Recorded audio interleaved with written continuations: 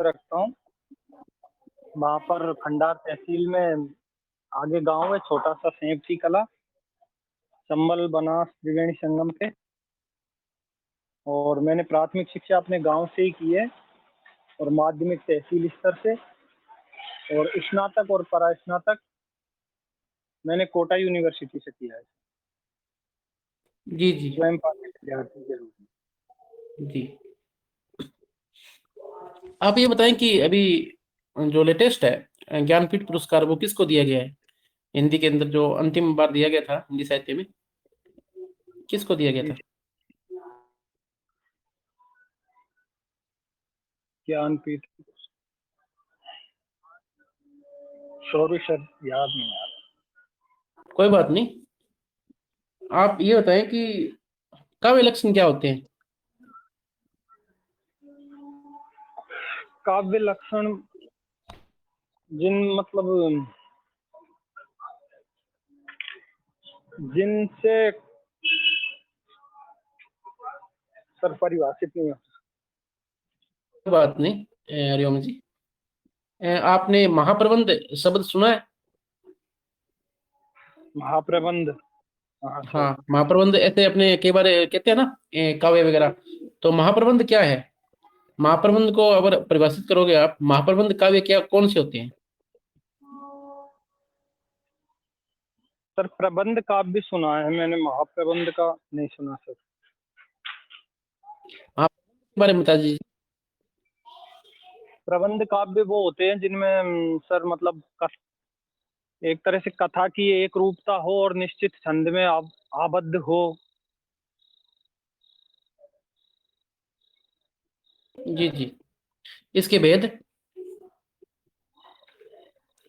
प्रबंध के भेद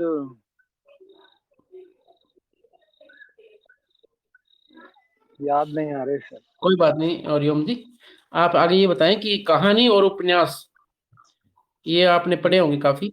तो कहानी और उपन्यास में कोई भी तीन अंतर जिसको आप बता सको। जैसे सर उपन्यास मतलब व्यक्ति के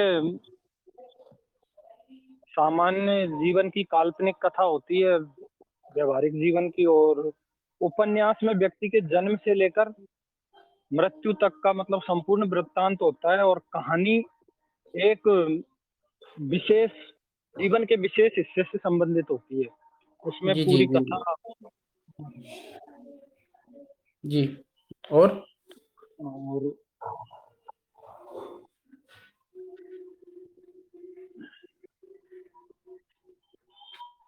सॉरी सर, नहीं आ रहा।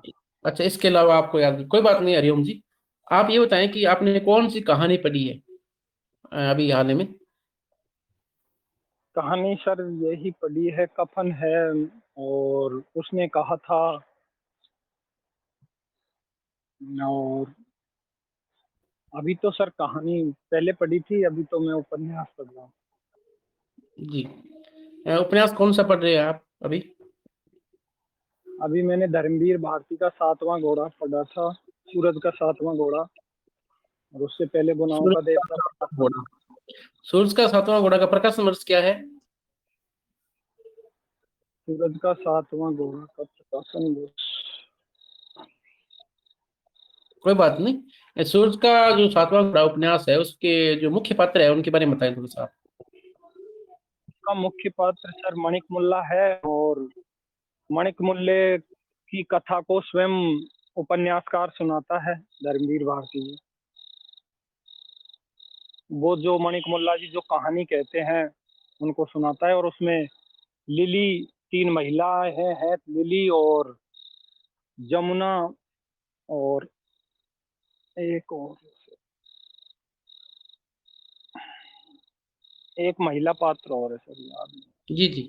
मतलब इस सूरज के सातवें घोड़े का जो सातवां घोड़ा है उस उपन्यास का वर्ण्य विषय क्या है?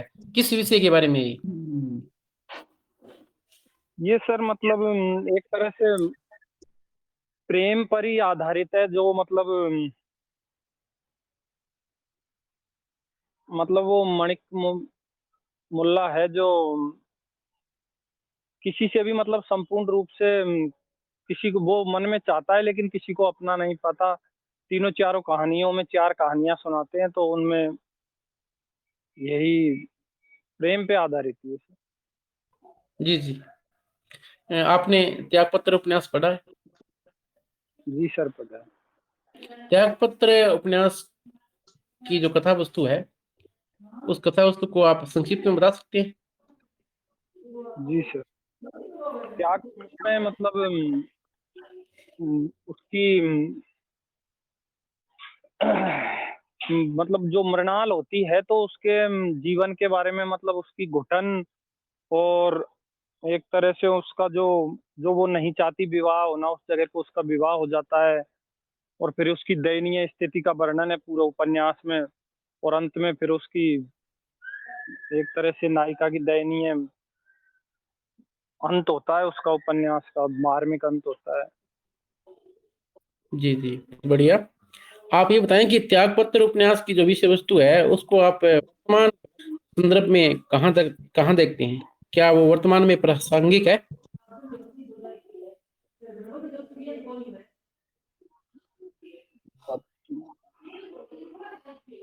हरिओम जी, आवाज आ रही है आपको? हाँ सर, आ रही है आवाज में, नहीं कर सकता सर इसको। हाँ, प्रश्न दोबारा बोलूं क्या? नहीं सर, आ गया मेरे समझ में। अच्छा, बताएं थोड़ा सा, आपको अपनी दृष्टि से बताएं, वर्तमान संदर्भ में उसको बताना आपको। संदर्भ में त्यागपत्र उपन्यास की प्रासंगिकता नहीं लगती सर मुझे। अच्छा, वर्तमान संदर्भ में आपको इसकी त्याग की जो विषय विषय वस्तु है, वो इसका आप नहीं मानते, उसका कोई महत्व नहीं मानते ना? कोई बात नहीं। आपके लिए प्रश्न है मेरा, आप श्लेष और यमक अलंकार में अंतर बताएं। जी सर, श्लेष अलंकार, श्लेष का शाब्दिक अर्थ है सर चिपकना, एक जैसे एक शब्द के 2 या 3 अर्थ होते हैं, और यमक अलंकार में 2 शब्दों के अलग अलग अर्थ होते हैं। बहुत बढ़िया।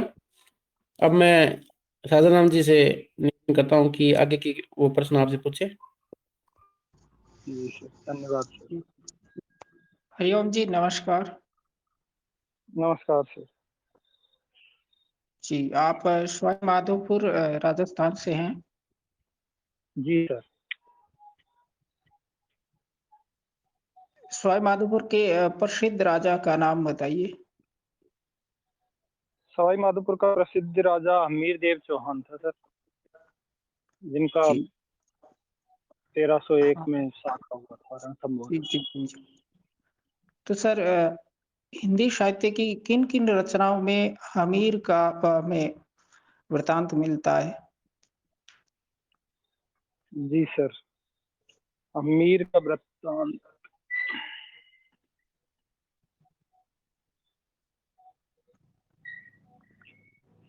आदिकाल में, आदिकाल में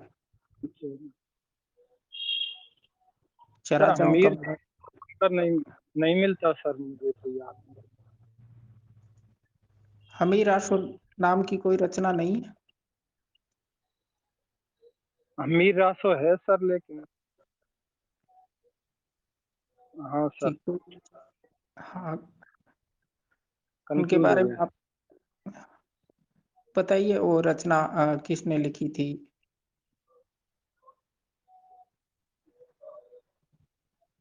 हमीर रासो सारंगधर ने लिखी थी सर। जी जी। तो हमीर आशुर का कोई पद आपको याद है तो सुनाइए।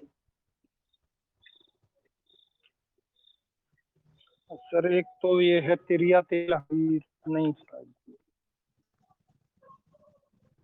चलो यही बता दीजिए किसका है सर। हाँ, त्रियाति तिरिया तेल हमीर। हमीर चढ़े ने दूजी बार, यही हाँ, याद है ये सर। किस कवि की रचना पंक्तियां हैं? ये नहीं मालूम। कोई बात नहीं। चंद्रशेखर वाजपेयी को आप जानते होंगे। जी सर, नाम सुना है चंद्रशेखर वाजपेयी। उनकी रचना।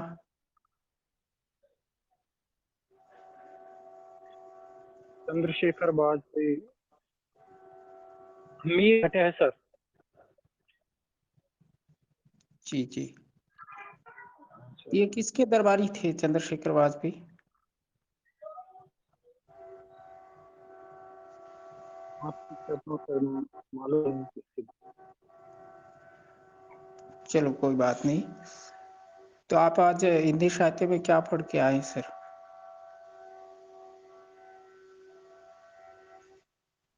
ऐसे सर मैंने ज़्यादा कुछ पढ़ा नहीं, थोड़ा रिवीजन किया है, गजानन माधव मुक्तिबोध के बारे में पढ़ के आया हूँ।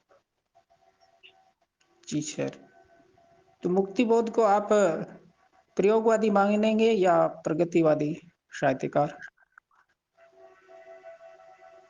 सर मुक्तिबोध जी एक तरह से प्रगतिवाद और नई कविता के बीच के सेतु की तरह काम करते हैं सर, सेतु माना है उनको तो। और मैं तो जैसे अपने विचार से उनको प्रयोगवादी ही, आप प्रयोगवादी प्रयोगवादी। जी सर। किस किस तरह से कोई उनकी पंक्तियां हैं जिनमें उनका प्रयोगवाद है, प्रयोग किया है उन्होंने, जो आपको याद हो? जी सर, उन्होंने जैसे सहर्ष स्वीकारा है, तो उसमें एक तरह से उसमें कहीं पे भी प्रगतिशील दिखाई नहीं देता। उनकी कविता है सहर्ष स्वीकारा है, इसकी भूरी भूरी खाक धूल के अंतर्गत कविता है वो। तो उसमें वो अपने प्रिय से कहता है कि मैंने जो भी सुख, जो भी दुख मिले हैं मुझे, आपके साथ मैंने सबको सहर्ष स्वीकारा है। और छंद एक तरह से मतलब उनका प्रयोग यही है सर, आत्मचिंतन, मतलब एक तरह से खुद से ही खुद की लड़ाई लड़ते हैं वो। आत्मसंघर्ष ही उनका प्रमुख वो है। जी सर। क्या मुक्तिबोध की कोई रचनाएं तार सप्तकों में शामिल थी? जी सर, चांद का मुंह टेढ़ा है। कौन से सप्तक में थी ये? तार सप्तक में ही थी सर। जी। तो आप उनको प्रयोगवादी मानते हैं और आगे दूसरे तार सप्तक में लिखते हैं कि रामलाल शर्मा और मुक्तिबोध को हमने इस भावधारा में शामिल किया, ये हमारी भूल थी। ये हमारी भावधारा या प्रयोगवादी नहीं है। इस पर आप क्या बिल्कुल कहेंगे? सही है सर, बिल्कुल। मतलब उन्होंने जैसे अंधेरे में कविता लिखी है, तो उसमें मार्क्सवाद बहुत ज्यादा स्तर पे सामने आता है। नहीं, आप अभी कह रहे थे कि मैं इनको प्रयोगवादी मानता हूँ, अब आप कह रहे हैं कि मार्क्सवाद है। आपकी दृष्टि में ये क्या है? सर दोनों में ही आप आते हैं, इनको जैसे क्या? सेतु ही है एक प्रयोग, प्रगतिशील और नई कविता के मध्य के सेतु। जी। तो इनकी कोई रचना थी जिनको किसी सरकार द्वारा जब्त किया गया हो? जी मुक्तिबोध की सर, कोई? सरकार द्वारा 1962 में इनकी एक रचना को प्रतिबंधित किया था, भारतीय इतिहास और संस्कृति। भारतीय इतिहास संस्कृति या कुछ और थी वो? ये ही थी शायद, भारतीय भारतीय या, साहित्य और संस्कृति या इतिहास और संस्कृति, सर कंफ्यूज। हाँ कोई बात नहीं। मुक्तिबोध की 3 आलोचनात्मक पुस्तकों के नाम बताइए। जी सर, उनका एक तो स्वयं की डायरी है जो श्रीकांत वर्मा द्वारा प्रकाशित की गई, एक साहित्यिक की डायरी, और नई कविता का आत्मसंघर्ष, और जी नए साहित्य का सौंदर्य शास्त्र। जी। ये नए एक साहित्य थी। का सौंदर्य शास्त्र इस रचना का कोई अन्य नाम है क्या? नए साहित्य का सौंदर्य। चलो कोई बात नहीं। ठीक है, मेरी ओर से आपका साक्षात्कार समाप्त होता है। अगले धन्यवाद। साथी गोपाल जी। गोपाल जी आप लीजिए।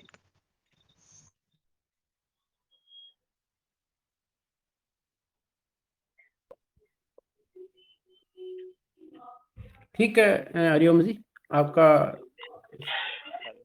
साक्षात्कार पूर्ण हुआ। धन्यवाद सर।